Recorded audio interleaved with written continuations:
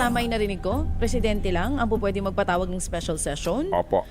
At pwedeng i-adapt yon ng mga mababatas. So pwedeng gawin ng Pangulo na dahil sinasagot nyo na wala ng oras, dahil malapit na ang kanilang holiday break hanggang December 18 na lang ang trabaho nila, pwedeng sabihin ng Pangulong mag-special session kayo.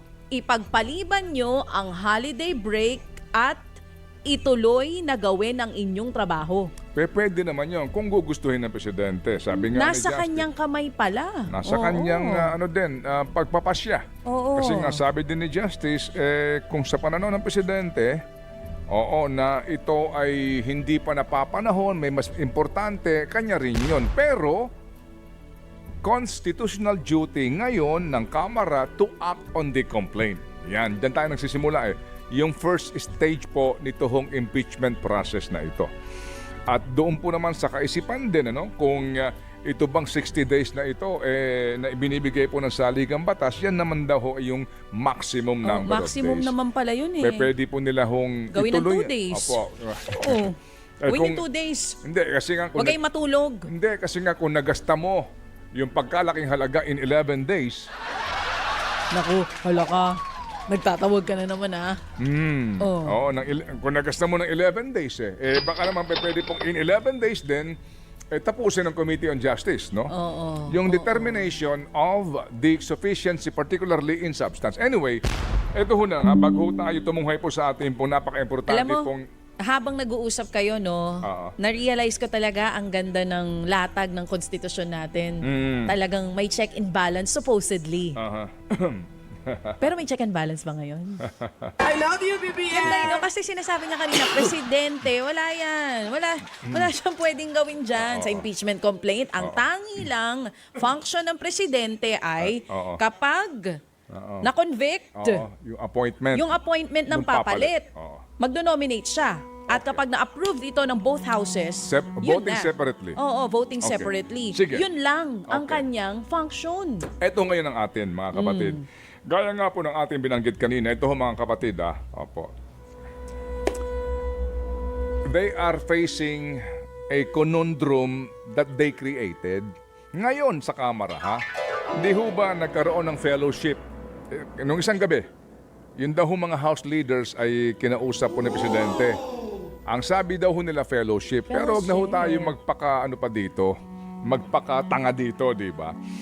Ngayon, pag-uusapan talaga nila, paano ho nila didiskartehan ito? Paano kahuhulag po sa isyong sinimulan naman ng Kamara? Okay. Ito po, gagawin ko ito ng medyo episode ng Think About It. Pero ngayon pa lang po, mga kapatid, isipin po ninyo. Ang Kamara de Representante nag-imbestiga. Itabi mo yung Quadcom, Committee on Good Government. They investigated the Vice President tungkol po sa COA report. At ngayon mga kapatid, lumalalim ito ng lumalalim kasi po ang COA sinasabi na mga kapatid na meron nga silang mga nakita na mga deficiency o mga paglabag doon sa panuntunan. Although at the end of the day, hindi pa final yung committee report na yung pong findings ng COA kasi nga yung tempo'y appealable. O ibang usapan yun. Ngayon kasi, ang Kamara de Representante na kung saan po yung mga miyembro ng Committee on Good Government, ay miyembro din ang iba dyan ng Committee on Justice. Na siyang didinig dito po sa impeachment complaint.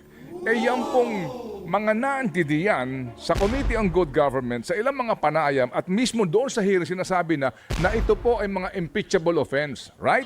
Yes.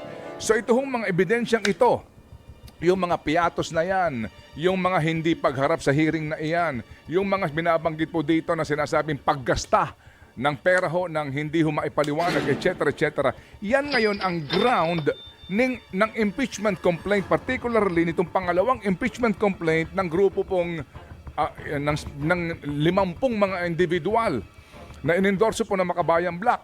So kung yaang kanilang hawak po na sinasabi mga grounds na ito ay hango doon sa Committee on Good Government Investigation na sinasabi mismo ng kanilang chairman na grounds for impeachment at magkakaroon ka ngayon ng pagdinig sa Committee on Justice kapag sinabi po ng Committee on Justice na hindi ground yan for impeachment, patay tayong bata ka. magpakatotoo po tayo dito. Ha? So parang, di ba, ngayon, paano mo didiskartehan yan?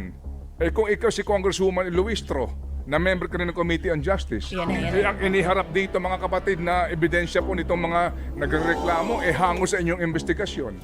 Sasabihin mo ngayon na hindi ground ito for impeachment? Ay, you cannot say Malabnaw ito na dahilan? You cannot say that. Hindi ba na-stop ka na doon during the hearing ng Committee on Good Government? So paano mo ngayon i-dispose ito? Paano mo ngayon didiskartehan ito na hindi kayo magmumukhang tanga? Di ba na nung panahon ninyo sa Committee on Good Government, pare ang dik-dik ninyo na impeachable offense ito? Yan, Pare yan, pagkakamali yan. ito, Oh. na ground for impeachment ito. Eh may naghain ng impeachment based on the facts that you presented. Kung ako si Congresswoman Luistro,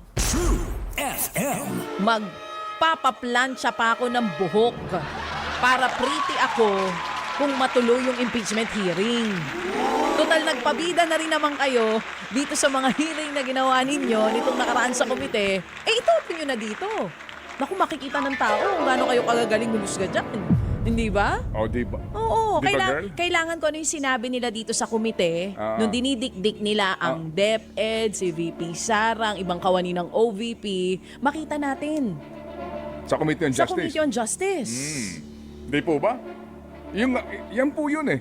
So, how do you break away or... I am sorry, how do you baby. escape? You cannot Di break ba? away from that. Di ba? The conundrum, the problem, the situation that you created. So, Committee on Justice hearing at ang iniharap ng dalawang grupong ito ay ang pinagbasihan ay ang inyong ginawang hearing na sinasabi ninyo na, di ba? O, ang dami mong dapat ipaliwanag dito. Eh, ganito na ito, mga pagkakamali nito. And then all of a sudden, you will decide unfavorably on the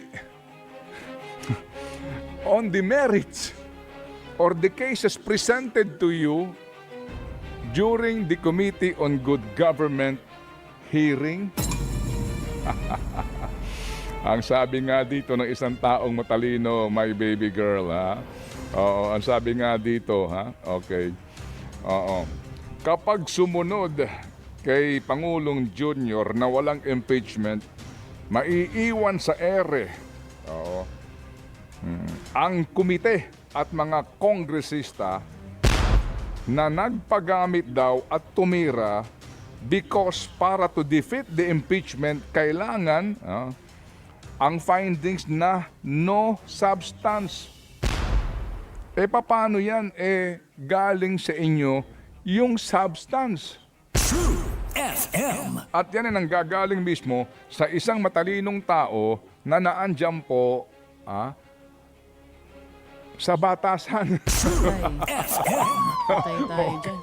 So, yun pala yun. Yun pala nung usapan nila nung fellowship, Sa no? kabilang banda yan, ha? Parang Opo. Anyway, kung pinag-usapan nila yung impeachment complaint ng fellowship, eh, parang, Mr. President, paano to? paano tayo lulusot dito? Hindi pwedeng dito ituloy kasi kami naglabas ng mga ebidensya eh. Oo, so, Para naman kami susunugin niya sa sarili naming mantika. Hindi kami papayag niyan. Di ba? Paano tayo lulusot dito? Paano yun? Oo, Tuloy na natin to. Na everybody Tuloy na natin happy. to. Magpa-special session ka na, Mr. President. Hindi, na everybody happy. And ano muna ang sabi ni Nino? ni Ma'am Sara? Ay. Anong Nako, sabi mga niya? kapatid. Kayo na ginagawa niyo, markado kayo. Eto na nga. Ano sabi niya? Ay, ang sabi niya, markado kayong lahat kay VP Sara. Bakit? Kala Anong sabi nyo, niya? Anong sabi kahit niya? magpapasko, mapapatawad niya kayo? Anong sabi? Anong sabi niya? Well, it's all up to you Anong sabi niya? if you will be forgiving. Hindi lahat pare-pareho.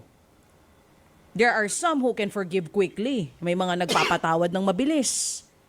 May mga nagpapatawad ng matagal. Pero naman, merong mga hindi nagpapatawad hanggang sa hukay. Ba? Yung sabi niya? Oh, kanina nasa balita natin. Ito lang naman ang sabi ng iba. Ano sabi nung iba? Oo. Sige. Oo. Ngayon, paano kayo kakalas dyan sa sitwasyon na yan? Tandaan ninyo, kapag hindi naman daw na-impeach o hindi nyo mapaalis sa pwesto itong isang nakaupo na substitute na vice presidente, kapag may nangyari dyan, sa nakaupo, Wag naman po sanang ipahintulot pag may nangyari. Sino magiging presidente? Eh di yung ninominate ng Pangulo. Ha? Yung inonominate. Hindi. Pag may nangyari, sino magiging presidente? Di itong, Eto na, itong pinitpit ninyo. yung ginisa nyo. Inday Sara. Sabi nga nila, Lintik lang ang walang ganti. Yun namang sinasabi sa pelikula. I love you, BBM! Ay, hindi na ganyan. okay. Lintik lang ang walang ganti. So- Ano naman masasabi mo Diba? doon sa mga senador na nagsasabi Oo. na ito daw impeachment complaint, wag nang gawin dahil divisive yan. Hindi ba sila divided? Matagal naman na kayong divided Hindi na bale.